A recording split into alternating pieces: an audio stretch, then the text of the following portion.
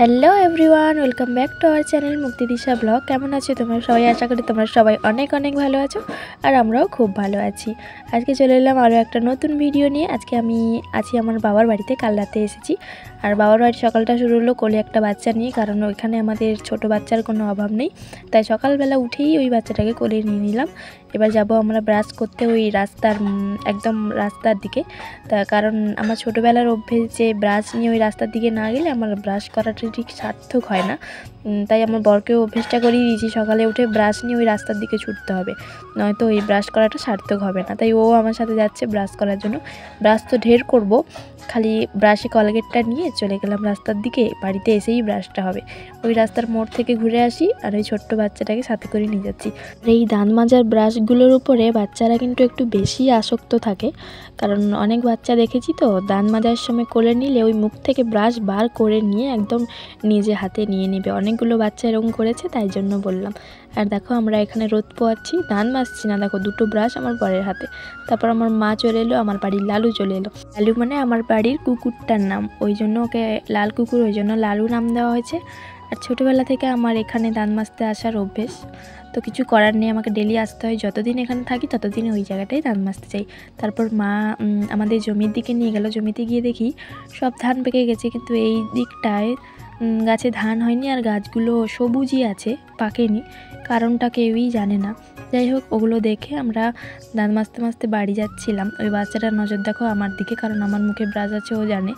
ফোনও দেখছে না। তো দাঁত মেজে এসে ঘরে চা আর বিস্কিট খেয়ে নিলাম। তো অনেক দিন থেকে ইচ্ছা করছিল বাইক চালানো শিখবো, তাই জন্য বাবার বাইকটা নিয়ে মাঠে চলে গেলাম চালানো শিখতে। আমার বর শেখাচ্ছিল, কিছুটা হলেও শিখতে পেরেছি। আর ভরসা আছে নিজের প্রতি, দিয়ে আর কয়েকবার প্র্যাকটিস করলে পুরোটাই শিখে যাব, কিন্তু একা চালানোর সাহসটা পাচ্ছি না। যাই হোক, অনেক দিনের ইচ্ছেটা আজকে পূরণ হলো। সবাই আমাকে বলে যে স্কুটি আনা হবে, কিন্তু না, আমার স্কুটির প্রতি কোনো ইন্টারেস্ট নেই। আমার একটু বাইক চালানোর প্রতি বেশি ইন্টারেস্ট। জানি না পারবো কি না, মনে তো হচ্ছে কয়েকদিনের ভেতরেই পেরে যাব।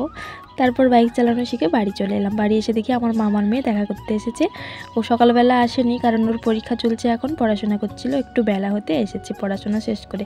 আর এদিকে গাছের গোড়ায় শুয়োপোকা লেগে গেছিলো। আমার কাকিমা আমার বরকে দায়িত্ব দিয়েছে শুয়োপোকাগুলো পোড়ানোর জন্য, কিন্তু আমি ভাবছি যে ও শুয়োপোকাগুলো পোড়াতে গিয়ে গাছের গোড়াটাই না পুড়ে দেয়, কারণ আগুন জ্বালাতে যদি ওকে কেউ বলে তাহলে আর কোনো জিনিস বাকি থাকবে না আগুন জ্বালানোর জন্য।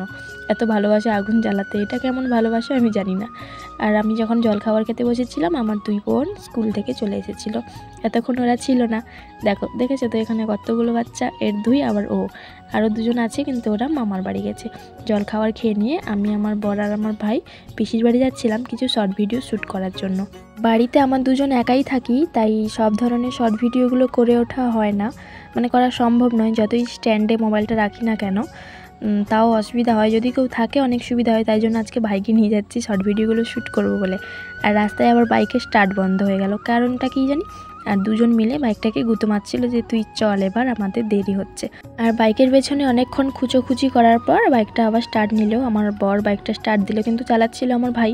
খুবই ইন্টারেস্ট বাইক চালানো, তাই ওই চালাচ্ছিল। আর বাইকটা স্টার্ট হওয়ার পর আমরা কিছুটা এগিয়ে যাওয়ার পর, এখন তো ধান কাটার সিজন, তাই জন্য রাস্তায় লোক আমাদেরকে বললো যে একটু দাঁড়িয়ে যাও, ধান কাটা গাড়ি আসছে, এই জমির মাথায় নামবে, তখন তোমরা বেরিয়ে যাবে, নয়তো যেতে পারবে না। তো এখানে আমরা একটু আর্গিউ করছিলাম, ওই মাথা উপর নিচ করছিলাম, কিন্তু আমরা কেন করছিলাম আমি নিজেই ব্যাপারটা বুঝতে পারছিলাম যে মাথাটা উঁচু নিচু কেন করছিলাম। তো অনেকক্ষণ অপেক্ষা করার পর বাইকটা নিয়ে আবার আমরা পিসির বাড়ির দিকে যাই। আমার বাড়ি থেকে পিসির বাড়ি যেতে হয়তো বাইকে 5 মিনিটের রাস্তা, কিন্তু 1 নম্বর ভুল হচ্ছে আমরা গ্রামের রাস্তা দিয়ে এসেছি, আর 2 নম্বর এত কিছু গন্ডগোল হলো, তাই জন্য আধ ঘন্টারও বেশি লেগে গেছিলো আসতে। আর এসে দেখি বোন বাড়িতে নেই, গেছে পাশের একটা মন্দিরে, ওই জন্য ওকে আমরা ডাকতে যাচ্ছি বাড়িতে আসার জন্য। আর আমার বর যাচ্ছে আমার আগে আগে, ও আগে ওর শালিকে খুঁজে বার করবে। আমি থাকি বাপু পেছনে, ওর কিছু যায় আসে না। শালি আধা ঘর বালি, তো এক্ষুনি গিয়ে দুজন মার্বেল লাগিয়ে দিবে আমি জানি। তো দীপাকে খুঁজছে, আমিও খুঁজছি। আর এই মন্দিরের এরিয়াটা কিছুটা বড়, এই জন্য খুঁজে পাচ্ছিলাম না যে কোথায় বসে আছে। তো ফাইনালি আমরা দীপার দেখা পাই, এই মন্দিরটার পেছনে বসে আছে। আর ওকে ওর জামাইবাবুই আগে প্রথমে দেখতে পায়, আমরা পরে দেখতে পাই। আমার বরের শালি বলতে এই শালিটাই আর আমার মামার মেয়েটা, দুজনে একটু বড় নয় তো, আর সব শালিগুলো ছোট ছোট, ওরা তো ইয়ার্কির মানেও বোঝে না। ও বেচারা আর কী করবে, ওই জন্য এই দুজনের সাথে একটু বেশি আর কি হয়ে যায়। ছোট ছোট শালি বলতে ওই যে একটু আগে ভিডিওতে যে বাচ্চাগুলোকে দেখলে ওরাই হচ্ছে আমার বরের শালি। আরও পুচকি আছে, ক্যামেরায় আনিনি, যাই হোক আরও ছোট ছোট শালি আছে, বা ওরও ভবিষ্যতে হয়তো শালি হতেও পারে, তার কোনো গ্যারেন্টি নেই। শালি বলতে কি জানো তো, আমার তো নিজের কোনো বোন নেই, ওই আমার কাকুর মেয়ে, পিসির মেয়ে, মামার মেয়ে।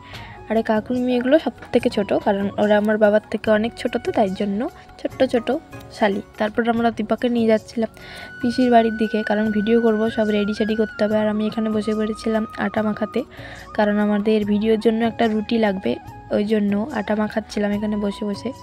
আর পিসি রান্না করছিল, গ্যাসের কাছে রান্নাটা শেষ হয়ে গেলে আমরা ওখানটাতেই ভিডিওটা করব, তাই জন্য আগে থেকে এইগুলো রেডি করে নিচ্ছিলাম। আর এখন আমি একটা অন্য জিনিস রেডি করছি ওই আটা দিয়ে, তোমরা ভিডিওটা দেখলে বুঝে যাবে যে আমি এটা কী জিনিস রেডি করছিলাম। রেডি করতে করতে ভাই ওটাকে দেখেই এমন লাগছে, ভিডিও তো ওটাকে নিয়ে পরে করব, দেখেই একটা কেমন লাগছে, এত হাসি পাচ্ছিল দেখে, ওই জন্য তো ভিডিও করার পরের অবস্থাটা দেখো। এই যে জামা কাপড় ধো পরিষ্কার করে দেখো, এদিকে পিসি গামছা ধুচ্ছে, দীপা আমার ওড়না ধুচ্ছে, আর আমার জামা কাপড়ের অবস্থাটা দেখো।